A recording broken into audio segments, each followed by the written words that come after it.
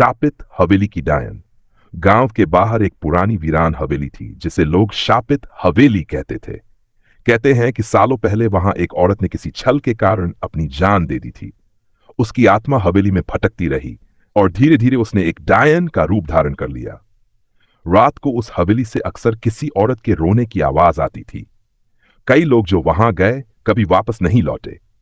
गांव वालों ने हवेली के पास जाना छोड़ दिया था, लेकिन एक दिन राहुल, जो शहर से गांव में अपनी दादी के पास आया था, उसने इन कहानियों को एक अफवाह समझकर नजरअंदाज कर दिया। जिज्ञासावश उसने तय किया कि वह रात में उस हवेली में जाएगा। जैसे ही राहुल हवेली के दरवाजे के पास पहुंचा, उसे लगा जैसे हवा में एक अजीब सी सर्दी फैल गई हो। अंदर घुसते ही उसने देखा दीवारों पर पुराने निशान थे और अचानक एक धीमी हंसी सुनाई दी। उसकी रीढ़ की हड्डी में सिहरन दौड़ गई। तभी सामने एक परछाई उभरी, लाल आंखें, बिखरे हुए बाल और चेहरा विकृत। वह डायन थी।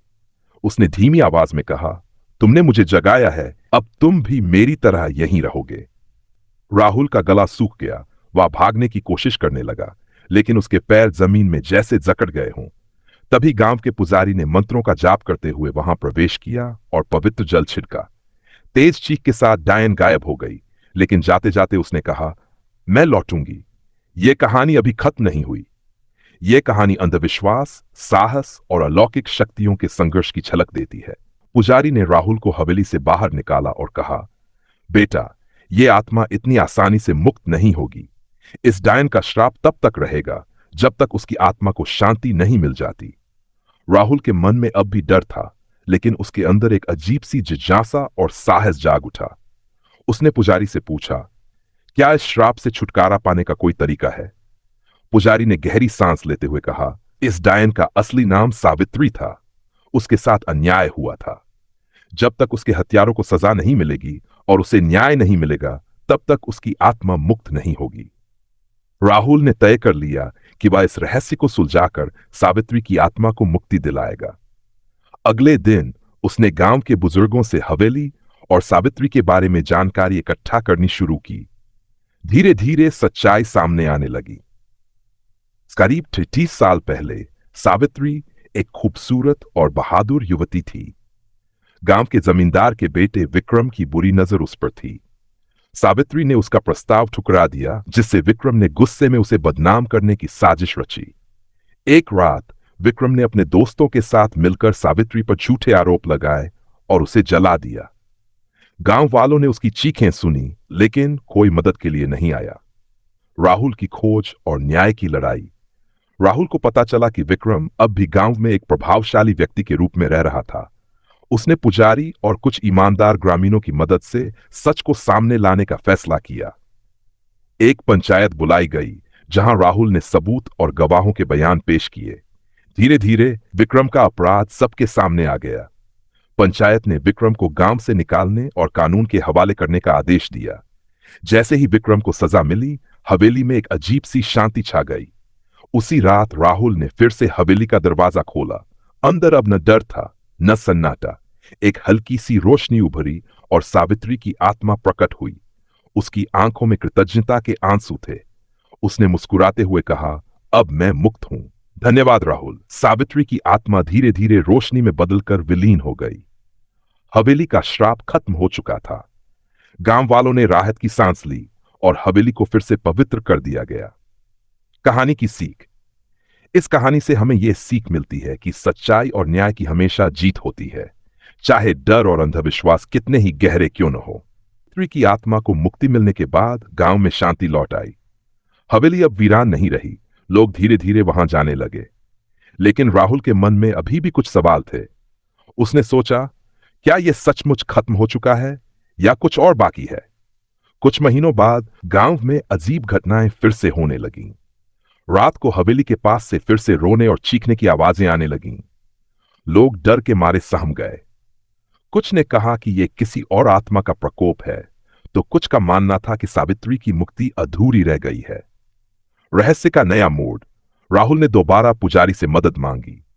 पुजारी ने हवेली के अंदर जाकर ध्यानमग्न होकर देखा और कहा, राहुल, ये आवाजें सावित्री की नहीं हैं।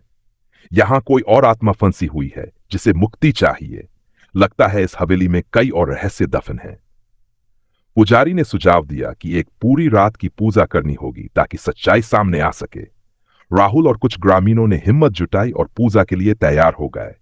जैसे जैसे रात गहराती गई, हवेली के अंदर अजीबोगरीब घटनाएं होने लगीं। दरवाजे खुद ब खुद बंद हो गए, दीवारों पर खून के धब्बे उभर आए और ठंडी हवा पूरे कमरे में बहने लगी। छुपा हुआ सच। तभी एक और आत्मा प्रकट हुई। ये आत्मा एक युवा लड़के की थी जिसका नाम कमल था। उसने रोते हुए कहा, मुझे यहां कैद कर दिया गया था। मैं इस हवेली का नौकर था। विक्रम ने मुझे भी मारा था क्योंकि मैंने उसकी साजिश का राज जान लिया था। मेरी आत्मा को तब तक शांति नहीं मिलेगी जब तक यह हवेली पूरी तरह शुद्ध नहीं होती। राहुल और पुजारी ने कमल की आत्मा की मुक्ति के लिए अंतिम अनुष्ठान किया। मंत्रों के जाप और पवित्र जल के छिड़काव के साथ हवेली की नकारात्मक ऊर्जा धीरे धीरे खत्म होने लगी। कमल की आत्मा मुस्कुराई और आसमान में समा गई। अंत में उजाला।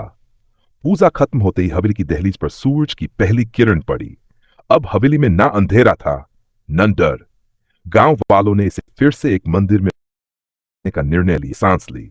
उसने न केवल एक श्रापित हवेली को मुक्त किया, बल्कि दो मासूम आत्माओं को न्याय भी दिलाया।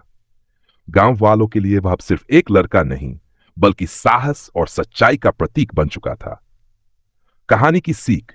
साहस, सच्चाई और न्याय से हर अंधेरा मिटाया जा सकता है, चाहे वह कितने ही वर्षों से क्यों न छाया हो। अब हवेली की कहानियां धीरे धीरे पुरानी होती जा रही थीं। लोग अपने रोजमर्रा के जीवन में लौट आए थे, लेकिन राहुल के मन में अभी भी हलचल थी। उसे लगता था कि सब कुछ खत्म होने के बावजूद हवेली से जुड़ा कुछ अनकहा रह गया है। एक शाम जब राहुल खेतों से लौट रहा था, तब उसे एक बूढ़ी औरत मिली जिसके चेहरे पर गहरी झुर्रियां थीं और आंखों में एक अजीब चमक थी। उसने धीमी आवाज में कहा, बेटा, तूने हवेली के दो राज खोले, लेकिन क्या तू तीसरे और सबसे बड़े रहस्य के बारे में जानता है? राहुल चौंका और पलटकर पूछा, तीसरा रहस्य? कौन सा रहस्य? बूढ़ी औरत ने कहा, वह हवेली एक ऐसी जगह पर बनी है जहां सदियों पहले तांत्रिकों ने एक भयानक अनुष्ठान किया था। जब तक उस अनुष्ठान का प्रभाव खत्म नहीं होगा, बुरी शक्तियां लौटती रहेंगी। सावित्री और कमल की मुक्ति के बावजूद हवेली की जमीन अभी भी शापित है। नया खतरा। राहुल ने पुजारी से इस बारे में बात की। पुजारी ने शास्त्रों की खोजबीन के बाद बताया कि उस तांत्रिक अनुष्ठान को खत्म करने के लिए महाशक्ति यज्ञ करना होगा। लेकिन यह यज्ञ बहुत कठिन था और इसमें जान का खतरा भी था। राहुल पीछे हटने वालों में से नहीं था। उसने कहा, अगर यह शाप नष्ट नहीं हुआ तो हमारे गांव की शांति कभी वापस नहीं आएगी। मैं इस यज्ञ में मदद करूंगा। अमावस्या की रात को यज्ञ शुरू हुआ। पूरे गांव में सन्नाटा पसरा हुआ था। यज्ञ वेदी के चारों ओर मंत्रों का जाप हो रहा था। हवा में गूंजती आवाजें और अजीब सी ठंडक ने माहौल को और भी डरावना बना दिया। तभी अचानक हवेली से एक काला धुआं निकला और एक भयानक परछाई के रूप में उभरा। यह वही तांत्रिक की आत्मा थी जिसने सदियों पहले उस शाप को जन्म दिया था। वह गुस्से में गरजा, तुम लोग मेरे अनुष्ठान को नष्ट नहीं कर सकते। यह भूमि मेरी है। अंतिम लड़ाई। राहुल ने हिम्मत जुटाई और पुजारी के साथ मंत्रों का जाप और तेज कर दिया। परछाई गुस्से में हवेली के चारों ओर चक्कर काटने लगी। हवेली की दीवारें दरकने लगीं और ऐसा लगा जैसे धरती कांप रही हो। आखिरकार यज्ञ की अग्नि से एक तेज रोशनी निकली जिसने तांत्रिक की परछाई को अपनी चपेट में ले लिया। दर्दनाक चीखों के साथ वह परछाई धुएं में बदलकर विलीन हो गई। हवेली की जमीन से एक हल्की सी रोशनी फूटी और चारों ओर फैल गई। शांति की वापसी। यज्ञ खत्म हुआ। हवेली अब पूरी तरह शुद्ध राहत की सांस ली। गांव वालों की सांस ली। वे जानते थे कि अब कोई शाप या डर उन्हें सताने नहीं आएगा। राहुल ने मुस्कुराते हुए आसमान की ओर देखा। उसे ऐसा लगा जैसे सावित्री, कमल और अन्य पीड़ित आत्माएं उसे धन्यवाद कह रही हों। अब वह हवेली एक धार्मिक स्थल बन चुकी थी जहां लोग पूजा अर्चना करने आते थे। राहुल का नाम गांव के इतिहास में एक नायक के रूप में दर्ज हो गया, जिसने अपने साहस और दृढ़ निश्चय से गांव को भय के साए से मुक्त कराया। कहानी की सीख। सच्चे साहस और दृढ़ता से हर बुराई पर विजय पाई जा सकती है, चाहे वह कितनी भी पुरानी और शक्तिशाली क्यों न हो। चारों ओर खुशहाली थी। हवेली को एक पवित्र मंदिर का रूप दे दिया गया था। लोग वहां सुबह शाम दीप जलाते और मन की शांति के लिए प्रार्थना करते। राहुल अब गांव का नायक बन चुका था। लेकिन जैसे ही सब कुछ सामान्य लगने लगा, किस्मत ने एक और मोड़ ले लिया। रहस्यमय संकेत। एक रात जब राहुल अपने घर की छत पर सो रहा था, उसने अचानक एक परछाई को देखा जो मंदिर की दिशा में जा रही थी। यह परछाई इंसान जैसी थी, लेकिन उसमें कुछ अजीब था। एक स्याह काला घूंघट और पैरों के निशान उल्टे। राहुल तुरंत समझ गया कि कुछ गलत हो रहा है। सुबह होते ही उसने पुजारी से बात की। पुजारी चिंतित होकर बोले, राहुल, हमें लगा था कि हवेली शुद्ध हो चुकी है, लेकिन लगता है कि अभी भी कोई अदृश्य शक्ति बची हुई है। ये संकेत बता रहे हैं कि कुछ और बड़ा खतरा गांव पर मंडरा रहा है। नया रहस्य। हवेली के नीचे का काला कुआं। पुजारी और गांव के बुजुर्गों ने बताया कि हवेली के नीचे एक पुराना काला कुआं है। कहा जाता है कि इस कुएं में सदियों से अशुभ शक्तियों को बंद किया गया था। तांत्रिकों ने हवेली के शापित होने से पहले इस कुएं को बंद कर दिया था ताकि कोई उन शक्तियों को बाहर न निकाल सके। राहुल ने तय किया कि वह उस कुएं का रहस्य खोलेगा। कुछ ग्रामीणों के साथ वह हवेली के अंदर गया और जमीन को खोदने लगा। कुछ घंटों की मेहनत के बाद उन्हें वह काला कुआं दिखाई दिया। कुएं के अंदर से ठंडी हवा का झोंका आया और साथ ही एक हल्की सी फुसफुसाहट सुनाई दी। प्राचीन बुराई का जागना। जैसे ही कुएं का ढक्कन हटाया गया, एक काले धुएं का गुबार निकला। धुएं के बीच से एक भयानक आकृति उभरी। यह एक प्राचीन राक्षसी आत्मा थी जिसे तांत्रिकों ने सदियों पहले कैद कर लिया था। उसने गहरे स्वर में कहा, तुमने मुझे आजाद कर दिया है, अब इस गांव पर मेरा राज होगा। राहुल और उसके साथी डर से कांप गए, लेकिन उन्होंने हिम्मत नहीं हारी। पुजारी ने मंत्रोच्चार शुरू किया, लेकिन यह आत्मा पहले की आत्माओं से कहीं ज्यादा शक्तिशाली थी। अंतिम बलिदान। पुजारी ने राहुल से कहा, इस आत्मा को रोकने के लिए किसी को आखिरी बलिदान देना होगा। यह बलिदान केवल वही दे सकता है जिसके अंदर निडरता और सच्चाई है। राहुल ने बिना सोचे आगे बढ़कर कहा, अगर मेरे बलिदान से गांव बच सकता है तो मैं तैयार हूं। लेकिन तभी हवेली में अचानक एक दिव्य प्रकाश प्रकट हुआ। यह प्रकाश सावित्री और कमल की आत्माओं का था। उन्होंने कहा, राहुल, तुम्हारा बलिदान जरूरी नहीं, तुमने हमें न्याय दिलाया, अब हमारी बारी है। बुराई का अंत। सावित्री और कमल की आत्माएं उस राक्षसी आत्मा की ओर बढ़ीं। उनके प्रकाश की शक्ति इतनी तेज थी कि वह आत्मा चीखते हुए धुएं में बदलकर हमेशा के लिए नष्ट हो गई। हवेली के ऊपर का आसमान साफ हो गया और गांव एक बार फिर शांति से भर गया। नई शुरुआत।